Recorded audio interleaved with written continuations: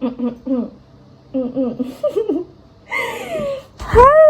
guys, lama banget gak ketemu. Ya Allah, kayak ya udah belakangan ini tuh aku bener-bener sibuk kerja, kuliah, nugas, kerja, kuliah, nugas, kerja, kuliah, nugas. Akhirnya YouTube aku terbengkalai dan kayak aku kaget banget. Aku yang ya udah kayak iseng bikin video biasa, penjelasan biasa, udah gitu penjelasan aku juga kayaknya belibet. Terus akunya kagok banget sama kamera, jadi kayak mati kutu gitu. Tiba-tiba setelah sekian lama aku lihat, lah viewersnya udah segini. Kayak aku terkejut banget. Terima kasih kalian semua yang sudah menonton. Selamat datang kembali.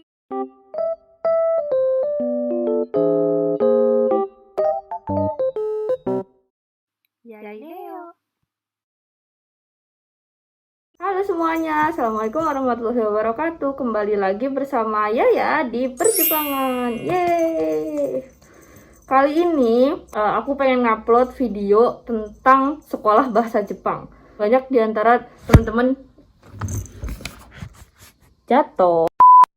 Di video kali ini aku pengen bahas tentang sekolah bahasa Jepang. Mungkin masih banyak juga yang belum bahas tentang sekolah bahasa Jepang, atau masih banyak juga teman-teman yang masih ngeblank tentang sebenarnya sekolah bahasa Jepang itu apa sih? Sekolah bahasa Jepang itu fungsinya apa sih, dan lain-lain.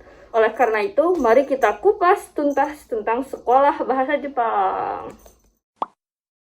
Sekolah bahasa Jepang itu sesuai namanya, sekolah atau tempat di mana kita bisa belajar bahasa Jepang. Nah, terus kalau dipikir-pikir, kenapa kita harus sekolah bahasa Jepang? Kan bisa nih kita les aja gitu di Indonesia, atau belajar sendiri, toh sama-sama belajar bahasa Jepang gitu kan.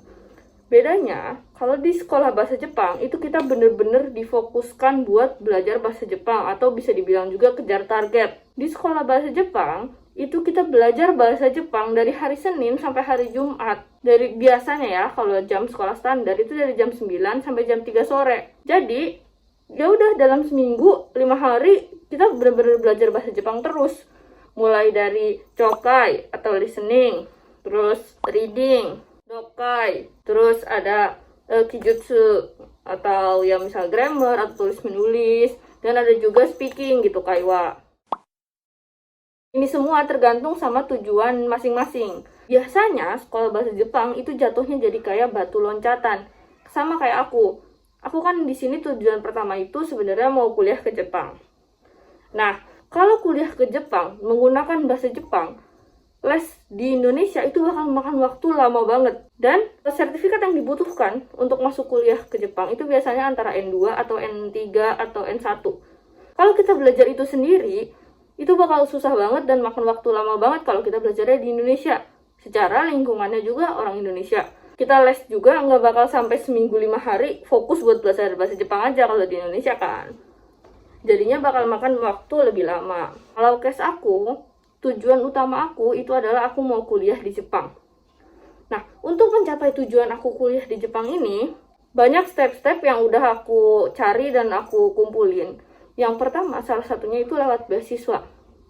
Beasiswa yang sama kayak Jerome pakai, atau beasiswa yang Kak Zafira pakai, itu ada namanya Max atau mau membuka Gakusho. Kalau beasiswa ini, dia semuanya udah include dari kita di Indonesia.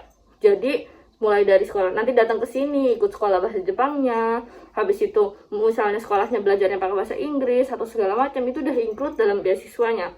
Jadi kita nggak perlu pusing-pusing lagi gitu buat nyari. Nah, kemarin aku udah daftar itu, tapi ya sayang sekali mungkin takdirnya belum di situ. Udah aku coba berkali-kali beasiswanya dan belum keterima. Terus aku konsultasi sama lembaga yang berhubungan sama pendidikan ke Jepang, namanya JASO. Di sana banyak banget informasi tentang universitas, terus kalau bahasa Jepang, pokoknya tentang yang mau melanjutkan studi ke Jepang itu bener-bener tempat yang cocok banget buat kalian diskusi ke sana. Terus akhirnya setelah aku diskusi, kondisi aku kayak gini, aku belum lulus beasiswa dan lain-lain. Kalau misalnya aku mau lanjut ke Jepang, ke Jepang sendiri biayanya mahal dan lain-lain. Sampai akhirnya aku dikasih tahu kalau misalnya ada step yang namanya kita ke Jepang dulu pakai sekolah bahasa Jepang. Jadi pertama kita sekolah bahasa Jepang dulu. Setelah kita sekolah bahasa Jepang, Nanti kita milih universitasnya itu ketika kita sudah sampai di Jepang, dan kita bisa cari beasiswa yang ada di universitas itu gitu. Dan atau kita bisa cari beasiswa yang terbuka ketika kita sudah sampai di Jepang. Dan ternyata itu bener-bener banyak banget pilihannya ketika kita udah sampai Jepang. Itu sampai ada guidebooknya, dan itu berlembar-lembar, itu banyak banget sampai aku sendiri kayak kadang-kadang pusing, emang harus dipilih gitu satu-satu. Karena banyak banget ternyata kesempatan beasiswanya itu ketika kita sudah di Jepang. Kalau kita masih di Indonesia, itu beasiswanya paling cuma ada 2 itu. Beasiswa Max sama mau buka Gagusho. Ya udah, akhirnya aku memutuskan buat oke deh kalau kayak gitu kita cari sekolah bahasa Jepang dulu buat jadi batu loncatan. Awalnya udah sempet galau banget. Soalnya bingung kan, sekolah bahasa Jepang itu nggak semurah itu. Sekolah bahasa Jepang itu lumayan mahal modal awalnya. Nanti ketika kita udah datang ke sini, ya kita bisa baito atau segala macem kan, bisa part time buat menutupi uang bulanan atau uang bayaran sekolah itu. Tapi modal awal untuk berangkat, uang pendaftaran, uang asrama pertama, itu lumayan gede gitu. Dan aku udah sempet bingung banget sampai akhirnya di Jaso ini dia nyaranin aku buat masuk ke sekolah yang namanya Higashikawa Japanese Language School. Nah, Higashikawa Nihongo Gakko ini sekolah punya pemerintah daerah Higashikawa. Jadi, dia menawarkan beasiswa, potongan 50% untuk biaya pembelajaran, terus ada potongan asrama yang udah include makan pagi sama malam, ada juga uang saku bulanan. Nah, aku daftarnya itu via namanya You Study Japan yang ada di Summit Mas juga sama di Japan Foundation. Cuma sayangnya aku denger-dengar belakangan ini dia udah putus kontrak sama Higashikawa. Jadi aku kurang tahu buat sekarang teman-teman yang kalau misalnya mau daftar ke Higashikawa itu harus daftar lewat mana, aku kurang tahu gitu. Setelah akhirnya aku ngerasa cocok, serak, terus ya udah nggak apa-apa meskipun di Hokkaido ya jauh banget. Tapi kan kita tujuan ke sana buat belajar kan. Kalau misalnya di Hokkaido nggak terlalu banyak tempat main, jadi mungkin bisa lebih fokus belajarnya dan segala macam. Akhirnya aku memutuskan step pertama aku untuk kuliah ke Jepang itu dengan sekolah bahasa Jepang dulu gitu. Oke. Untuk biaya sekolah bahasa Jepang itu rata-rata untuk 1 tahun sekitar 70 sampai 90 ribu yen, atau kalau dirupiahin sekitar kasarnya aja ya, kasarnya mungkin sekitar 70 sampai 90 juta rupiah untuk 1 tahun. Kalau untuk 2 tahun itu sekitar 130 sampai 150 ribu yen, atau ya 130 juta sampai 150 juta. Ini rata-rata tanpa beasiswa ya. Mungkin kalau di Tokyo bisa lebih mahal, kalau di desa bisa lebih murah, dan macam-macam. Biaya ini biasanya nggak dibayar langsung jebret di depan. Biasanya kita bayarnya 6 bulan, dicicil 6 bulan pertama, 6 bulan kedua gitu. Makanya yang paling berat itu sebenarnya modal awalnya. Mau nggak mau kita bayar dulu dari Indonesia dan harus bayar lunas kan, bersama dengan asramanya atau segala macam yang kita butuhkan. Makanya biasanya biaya pertamanya itu yang lumayan mahal, yang lumayan berat. Nah, makanya ini balik lagi ke cerita yang udah aku ceritain. Kalau case aku, bahasa Jepang itu sangat penting karena aku pengen kuliah di Jepang menggunakan bahasa Jepang.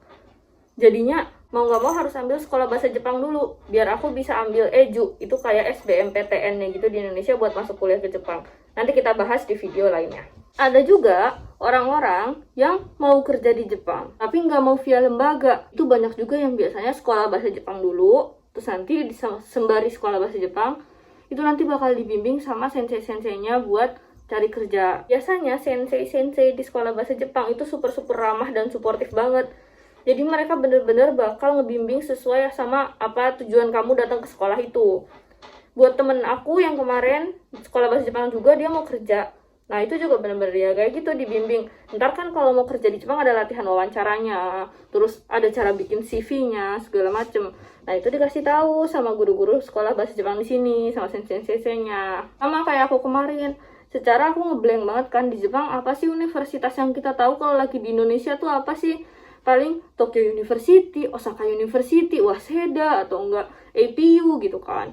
Ternyata setelah kita nyemplung ke Jepang, dikasih tahu sama terus sensei aku ngasih list yang kemarin jebret. Universitas yang bagus tuh banyak banget gitu. Nah, di situ dibimbing lagi sama senseinya, kamu masuk jurusan apa, kamu ngincarnya pelajaran yang kayak gimana, kamu mau universitas dengan biaya segimana, mau yang ada beasiswanya seperti apa, itu bener-bener dia bantuin. Bener-bener mereka bantuin, sampai kemarin tuh latihan wawancara, nulis esai, dan persiapan dokumen itu bener-bener semuanya dibantuin banget sama mereka. Aku bener-bener bersyukur sih, kayak oh ternyata di sini pentingnya sekolah bahasa Jepang. Jadi ketika aku masuk kuliah juga aku udah ngerasa well prepared. Jadi aku juga ngerasa udah terbiasa sama lingkungannya, sama udah siap dengan apa yang terjadi di kuliah gitu. Jadi untuk memutuskan apakah sekolah bahasa Jepang itu penting atau tidak, itu semua tergantung sama tujuan masing-masing. Jawabannya mirip. Jadi kita benar-benar masuk tiap hari kayak jam 9 sampai jam 3. Terus nanti ada morning activity-nya, habis itu kelas nanti ada penutupannya juga, ada tugas-tugasnya juga. Terus kayak biasanya kalau di sekolah bahasa Jepang aku dulu, tiap hari ada tes kanjinya gitu, macem-macem. Kalau kita pakai case sekolah aku, nah ini jadwalnya kayak gini kurang lebih. Ntar juga bakal ada study tour-nya, ada trip bareng sama sekolah bahasa Jepangnya, sama teman-teman.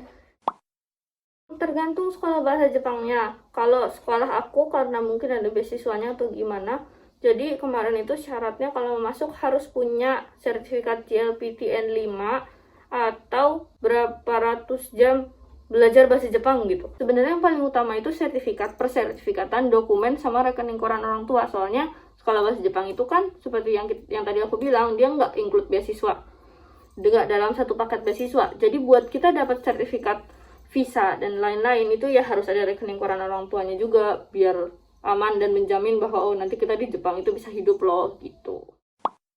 Yang pertama itu kondisi sekolahnya. Jadi bukan masalah gedungnya bagus atau enggak, ya emang itu harus dipertimbangkan, tapi menurut aku yang lebih penting itu kondisi sekolahnya. Banyak teman-teman aku yang sekolah bahasa Jepangnya di kota, terus akhirnya banyak main, kurang bisa fokus belajar, itu ada juga yang kayak gitu.